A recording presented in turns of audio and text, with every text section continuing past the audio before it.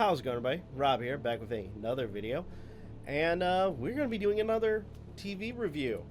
This time focusing on The Boys, Season 4. Now, I remember doing reviews for Season 3. And for some reason, some of them are missing. I don't know why. But in a sense, in terms of that season, I want to briefly talk about that before I get into the episode 1 of season 4, which I'm gonna say, like, episode 3 was very intriguing in terms of, like, you know, Butcher going to any length he can to kill Homelander, even one including an old superhero called Soldier Boy, and 2, dosing himself with superhero serum, which inevitably caused a mass in his head. So, all in all, it's interesting, like, everything that went on. And also, the character Starlight quit from the Seven, so to speak, and started her own, basically her own campaign, so to speak, of, you know, how to do things right. Which, honestly, between all the characters, she's probably the one I appreciate in terms of the show. Actually, upon, like, right before even getting into watching this, there's a really funny video from Devil Artemis, where it's Homelander, you know, saying how perfect he is in front of Perfect Cell from Dragon Ball Z, and then Perfect Cell literally judo chopping him in the throat, going up in the air, and then full force down, basically eviscerating Homelander into nothing. So I thought that was, you know, a good way to kind of start this whole journey of watching the show. This episode was directed by Philip Sprecia. Hopefully I said that correctly. If I didn't, please let me know what the actual pronunciation is. Written by David Reed, Eric Kripke, and Garth Ennis. And as you guys know, it's starred by Carl Urban, Jack Quaid, and Tony Starr, Irene Moriarty, Jesse T. Usher, Laz Alonso, Chase Crawford, and many. Oh, also Tomer Capone and Karen Fukuhara. So, all in all, you know, great cast. I guess to kind of start us off, again, one thing I'm gonna say is, I appreciate them kind of doing, like, a little bit of a back check of, like, what happened in the previous season. Again, Homelander is kind of getting really big for his britches. Butcher and the crew and the boys recruit Soldier Boy, one of the original greats for Vought in terms of superheroes, to take down Homelander.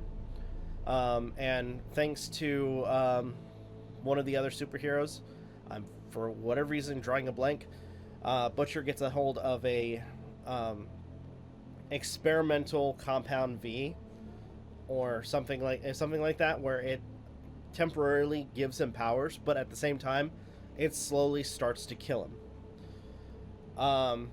They do manage to have a final confrontation. And unfortunately, Butcher's wife's son almost gets in the middle of it. Actually, at one point, kind of requests Butcher to help his dad. And just things get, like, worse and worse in that situation. And like I said before, Butcher, because he was taking this drug for so many times, he now has a mass in his head that's slowly killing him. So, yeah, there's that. Also, towards the end of season, or towards the end of season 3, there was a situation where groups that were supporters of Starlight, groups that were supporters of Homelander, were combating each other, and at one point, a Starlight supporter threw a piece of debris, or not piece of debris, but like a bottle at the sun, and Homelander basically blows half of his face off. Which we find out there were actual, I mean, in a sense, there were some repercussions for that. Because sometime down the line, at least when we're getting to now, the episode of season 4, episode 1, one of the characters that they introduced in one of the earlier seasons, Victoria, who was who's into politics, who was also a soup, is trying to run for president. It's briefly mentioned, or at least, and it's kind of gone throughout this episode, that Homelander got into some serious trouble with that little, like, lasering the guy in the face, and inevitably he's kind of put on trial for what he did. I mean, let's be honest here, they're not going to keep him in jail because he could just bust out and, you know, be whatever to you guys. But anyway, so there's that. You have MM, as well as Starlight, Huey, Frenchie, and Kimiko doing an op, or at least like a reconnaissance, so to speak, trying to switch these eye drops for acid in Victoria's belongings, because in some sense they want to try to disable her ability to basically pop people's heads. We find out that apparently, I mean, at least from season 2 or 3, I can't remember, there's a point where she got a hold of some compound V and gave it to her daughter, which transformed her into a super. And oh my gosh, that, like, what she does is horrifying, because you have these 2 CIA agents that are trying to defend Kimiko and Frenchie as they're trying to, you know, do the whole swap thing. And this girl, who it was the daughter of Victoria, proceeds to, like, have freaking these, I want to say, like, they look like worms, basically come out of her mouth and start ripping apart the faces of these agents. She does get Kimiko, with Kimiko trying to defend Frenchie, and she loses an arm, which, by the way, I want to point out, I don't know if they because we've seen her bounce back from a lot of injuries, but never like a missing limb. And we get to see what happens, and they basically pull a Deadpool with her basically regrowing a new arm, which I thought was kind of funny. And at one point, Starlight is trying to save them, and they're like on the 8th floor, and Starlight tries to catch them by flying, and Kimiko passes Starlight, or Annie, so to speak, and basically face plants into the pavement, knowing that she's going to recover, and Annie is able to catch Frenchie. They escape and go about their day. Victoria catches up with Huey. They have a conversation. Huey splashes her with acid. And I will say, like, there's a conversation, like, their conversation almost seems genuine, where she's talking about how, I almost told you that I was a super. I almost told you this, that. I thought you were my friends. I wanted to be your friends. Like I said, it almost seemed like it, but Huey kind of, like, I think out of emotion, like, just kind of, like, questioning everything, decide, fuck it, I'm gonna dose her with freaking acid. And, at the same, like, around the same time that this is going on, Butcher shows up and tries to pop her in the head, but turns out she's invulnerable to just about everything, so to speak. So she has the ability to basically explode people's heads without a second thought, and is practically invulnerable to any sort of damage. That's crazy. It really is. So, oh my gosh. Oh, by the way, I want to point out that the name of this episode is called Department of Dirty Tricks, and the info for IMDb says, after Butcher misses his opportunity to kill Homelander using Soldier Boy, he attempts to get Ryan back on his side and correct his mistakes. Meanwhile, Homelander seeks out a new ally as he struggles to come to terms with his mortality. And that's another thing too, is as we're progressing, we start to notice that Homelander is like, he keeps like seeing all these gray hairs, and it turns out, like, yeah, I mean, he's super powerful. He's strong. He can fly, shoot lasers, but in reality, he is getting older. And for some reason, he's also collecting any hairs from upstairs and downstairs and putting them in a chest that has a picture of, I'm assuming, Stormfront in her golden days as a Nazi, apparently. But yeah, other than that, yeah, and there's a point where I guess, okay, let me just focus on like one thing at a time. So, Butcher and the crew. During the party, yes, they basically try to kind of put some acid in her eye drops and try to leave it. That doesn't work. Butcher, during this whole situation, or this whole like plan, mission, whatever, finds Ryan and proceeds to try to talk to him, to try to get him on his side, only for Homelander to show up and basically denounce him. They go.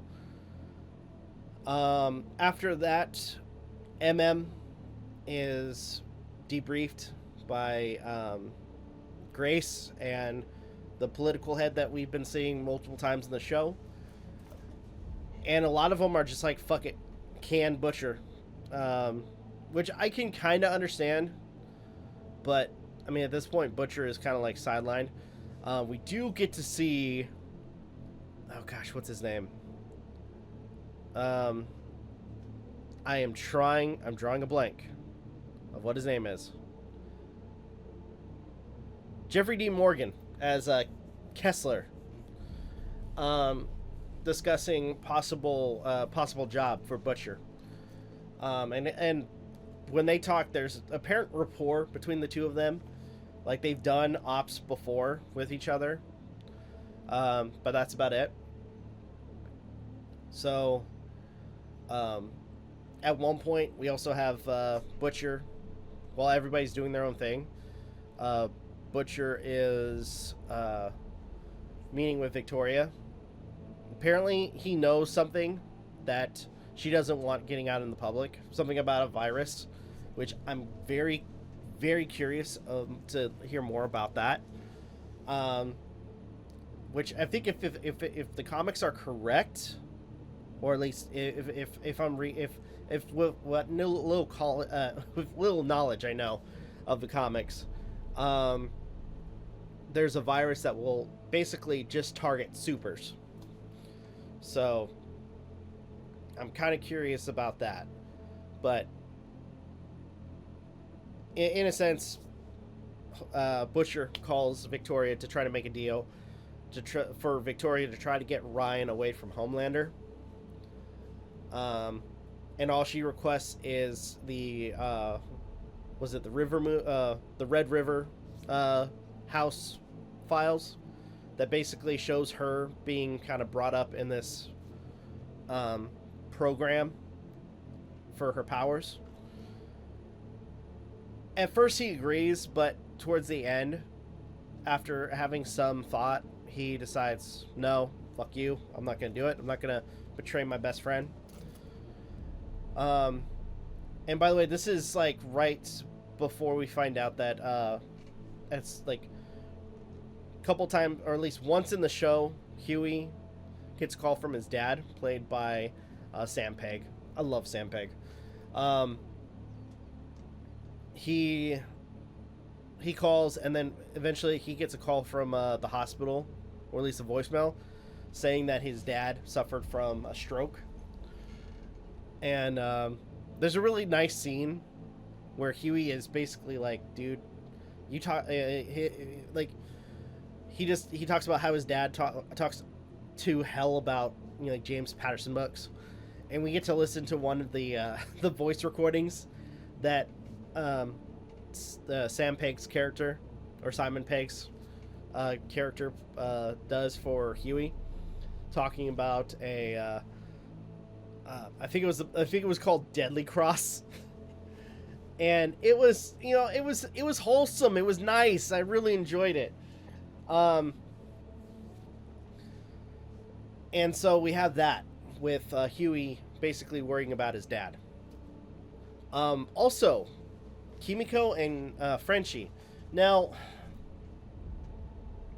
I'm kind of torn with what's going on with Frenchie and Kimiko, because they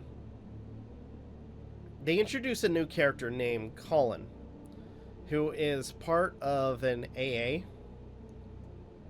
or an AA meeting that Frenchie goes to, and it's kind of implied, actually no, it's kind of said straight out, that he might have feelings for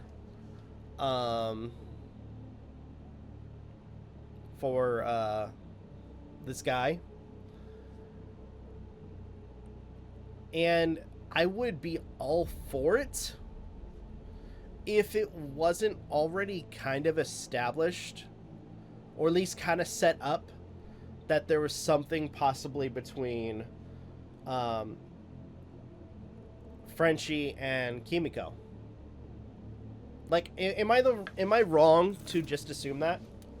Like, I've never read the comics, so I wouldn't know, but like, is it wrong for me to assume that with all the time that they spent with Kimiko and Frenchie, like, together, the bond that they've built together, you could assume that there was a thing between the two of them?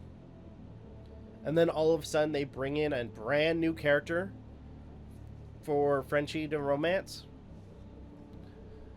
Like I said, to each his own, but, and I somebody tells me I'm gonna have one person saying, you're being homophobic. I'm like, no, I'm not. I'm just being observant, because you make all this time setting up these two characters, and it doesn't fall through. Or it just, I don't know. It just seems like a slap in the face. Almost. As just my personal opinion. Because, again, you built up these characters to have sort of a bond. And it's just kind of tossed to the side. But that's beside the point. So, now, going on to the VOT side of things. Like I said before, Homelander is dealing, and as the description reads, Homelander is kind of dealing with his mortality. He's getting upset. He's getting very angry. At one point, he tells the Deep to blow A-Train, which, dude, that's pretty screwed up. Right in front of everybody. Actually, there's one point where Ashley's like kind of smiling as if she's gonna get a show. Like, what the fuck is wrong with you? But at one point in between, like, their meeting as well as his midlife crisis, so to speak, he goes to talk to a candidate that they were looking into for one of the new members for the Seven, a character by the name of Sage, or I believe it was Sister Sage, so to speak, who is apparently, her power is supposed to be, like, she's supposed to be really smart, very calculative. And they talk between the two of themselves, and there seems to be between her and the other characters, she has a little bit of a backbone. Like, she realizes what this guy can do, what Homelander could do, but she sticks to her guns. And they start to have a rapport between the two of them, discussing, how to make things go in their favor for Vought, or favor for Homelander. And they start to kind of scheme, so to speak. And set up a plan to basically make Starlight's or Annie's followers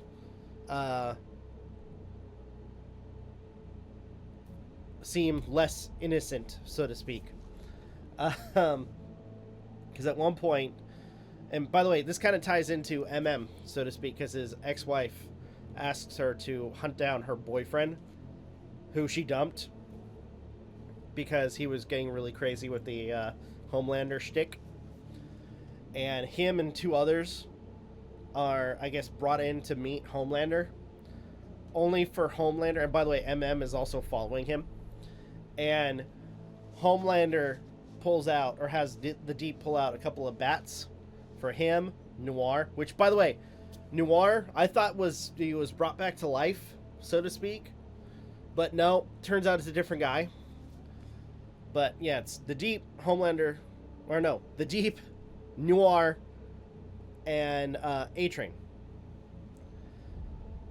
And Homelander basically tells them flat out to beat the ever-living crap out of all of them. Actually, no, beat them to death. That's the correct verbiage for it. So, before A-Train, A-Train reluctantly does not. Everybody else does, though. The Deep basically beating the shit out of one of the guys. Noir basically taking out two of them.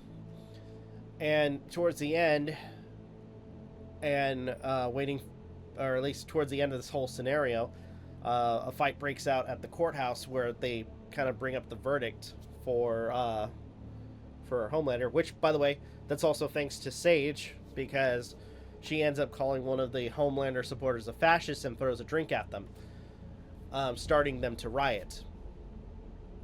And at one point during the initial situation, A-Train grabs the dead bodies and proceeds to run them over to the courthouse, where it seems like all three of the Homelander supporters were killed. So, yeah, that is pretty screwed up. Pretty screwed up.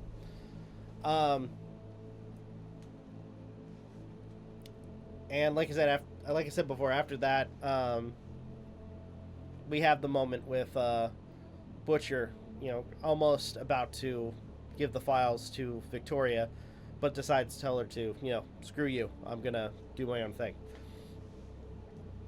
So, all in all, very interesting episode. Very, very, very interesting episode. Also,